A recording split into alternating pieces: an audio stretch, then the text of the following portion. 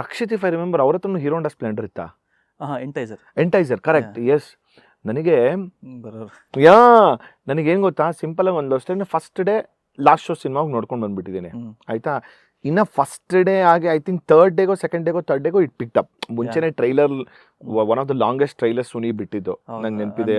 First 1 lakh views ಆಗಿರೋ ಅವಾಗೆಲ್ಲ ಅದೆಲ್ಲ ಅವಾಗ ಆಗಿದ್ದು ಅಂತ ಬಟ್ ಗೊತ್ತಿತ್ತು.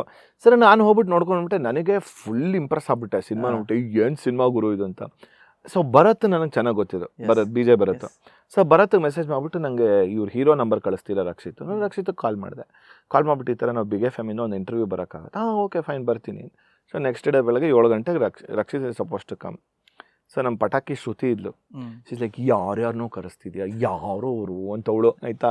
ಅಂದರೆ ನಮ್ಗೊಂದು ಇರುತ್ತೆ ಗೊತ್ತಲ್ಲ, ಹೊಸಬ್ರ ಮನೆ ಮಾಡಬಾರ್ದು ಅಂತಲ್ಲ, ಪ್ರೈಮ್ ಟೈಮ್ ಶೋ ಕರೆಸ್ಕೊಡಿಸ್ತಿದ್ಯಾ ಕಣೋ, I don't even know who is ಈ ಕಣೋ ಅಂತಲ್ಲ.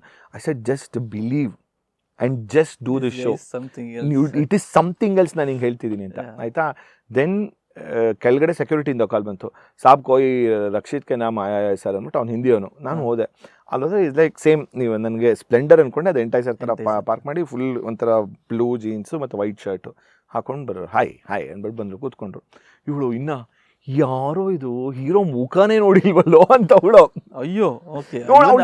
ಇವನ್ ಆಫ್ಟರ್ ಟ್ರೈಲರ್ ನೋಡಿಲ್ಲ, ನೋಡೇ ಇಲ್ಲ ಆಕ್ಚುಲಿ. ಸಿ ಅವಾಗ ಒಂದು ಯೂಟ್ಯೂಬ್ ಈಗಿನ ನಮ್ಗೆ ಆ ಥರ ಇರಲಿಲ್ಲ ಟು ಬಿ ಆನೆಸ್ಟ್ ಆಕ್ಚುಲಿ. ಸರಿ ಕೂತ್ಕೊಂಡು ಇಂಟರ್ವ್ಯೂ ಮಾಡ್ದು 7 ರಿಂದ 11 ಗಂಟೆ. ಇಬ್ರು ಪ್ಯಾಲ್ಸ್ ಆಗ್ಬಿಟ್ರು next level. Is like Mayura what a guy man, super guy. Is like I said didn't I tell you.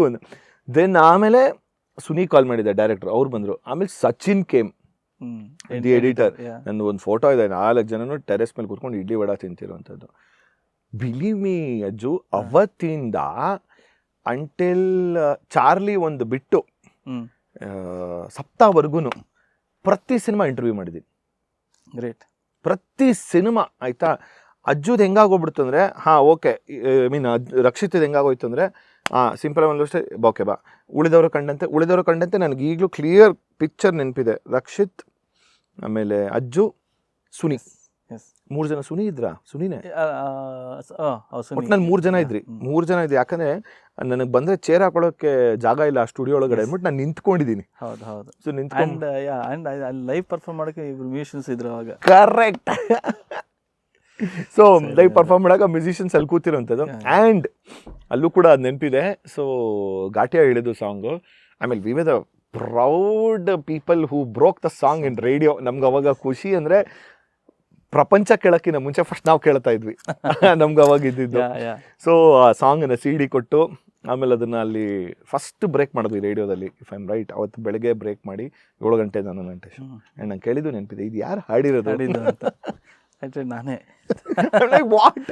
ಮತ್ತೆ ನೀವು ಆಕ್ಚುಲಿ ಆಚೆ ಹೋಗಿ ಮತ್ತೆ ಕೇಳ್ಕೊಂಡು ಬಂದ್ರೆ ನೀವೇ ಆಡಿದ್ದ ಅಂತ. ಮತ್ತೆ 2 ವಾಯ್ಸ್ ಉಳಿದವ್ರು, ವಿಜಯ್ ಪ್ರಕಾಶ್ ಅವರು ಮತ್ತೆ ನನ್ನ ವಾಯ್ಸ್.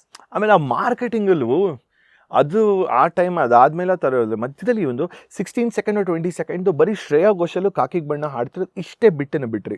ಹೌದು ಅಲ್ವಾ? ಹೇ, ನಾನು ಸೈಕ ಕೇಳಿರೋ ಆಲ್ಬಮ್ ಅಂದರೆ ಉಳಿದವರು ಕಂಡಂತೆ.